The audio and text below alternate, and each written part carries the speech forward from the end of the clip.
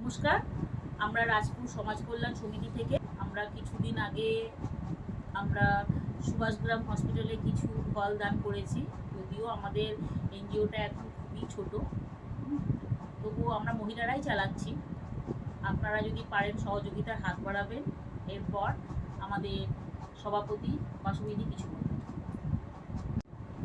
নমস্কার, আমি বাসুবী বন্দ্যোপাধ্যায়। আমরা 8ই ফেব্রুয়ারি সুভাষগ্রাম হসপিটালে গিয়েছিলাম কিছু ফল বিতরণ অনুষ্ঠানের জন্য। আমাদের একটা ছোট্ট এনজিও আছে। ছোট বলতে আমরা মহিলারা চালাচ্ছি আমরা। যাই হোক, আমরা সেই হসপিটালে গিয়ে আমরা প্রসূতি বিভাগে এবং বিভিন্ন যে আরও যেখানে রুগী আছেন আমরা গিয়ে আমরা ফল দান করেছি।